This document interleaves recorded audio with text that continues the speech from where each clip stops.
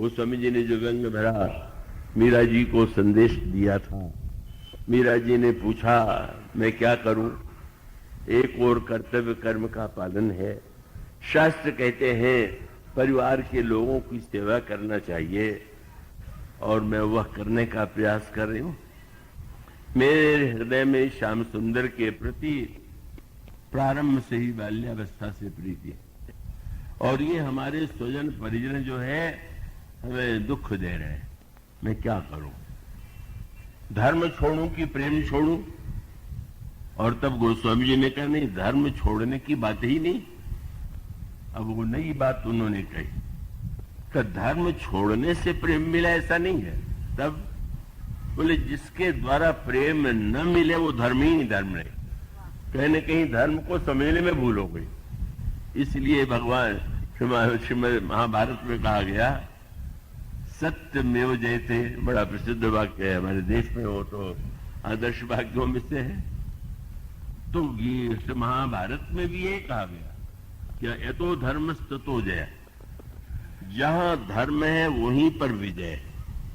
तो जहां धर्म है वहीं पर विजय है। तो ऐसी स्थिति में क्या सर्वदा धर्मात्मा ही जीतते हैं? क्या बुरे लोग नहीं जीत जाते?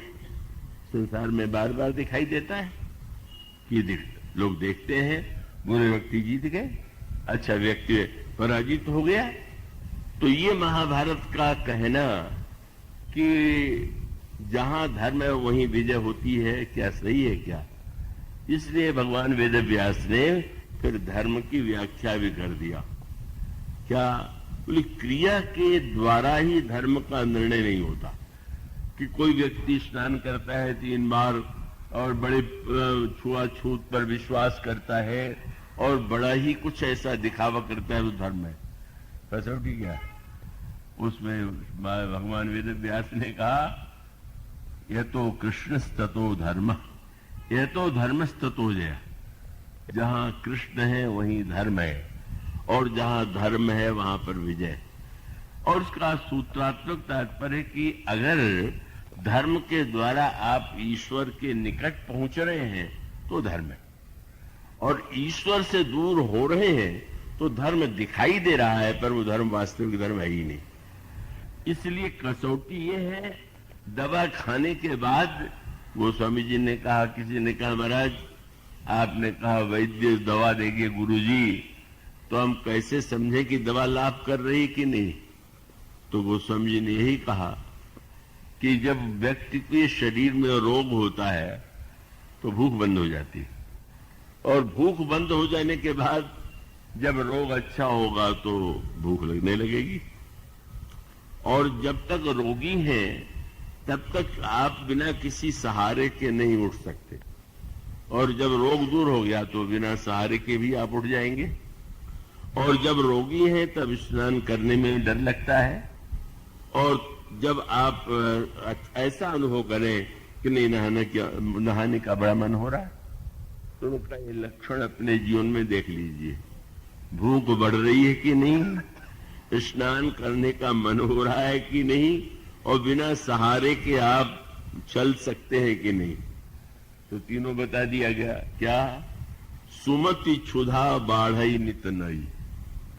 सुंदर मति की भूख अगर बढ़ने लगे तो समझ लीजिए कि रोग मिट गया। अब अगर बुद्धि का उपयोग ही नहीं करना है, बुद्धि की भूख ही नहीं, कुछ जानना नहीं, कुछ नहीं, तो रोगी भी रोगी है, चाहे जितनी बढ़िया दवा उसने खाई हो।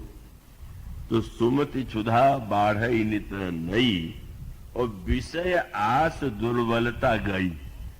किसी का सहारा लेके खड़े होते हैं।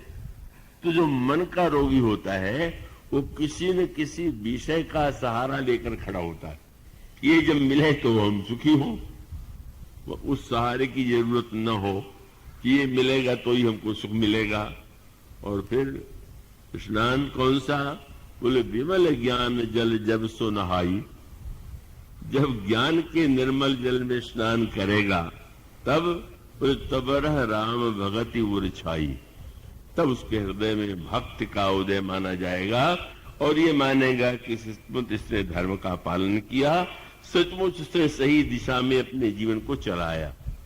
इसलिए मीरा जी ने पूछा, सेवा करना चाहिए, बिल्कुल ठीक, कर्तव्य पालन करना चाहिए, बिल्कुल ठीक है, लेकिन मूल सूत्र गोस्वामी जी ने एक दिया।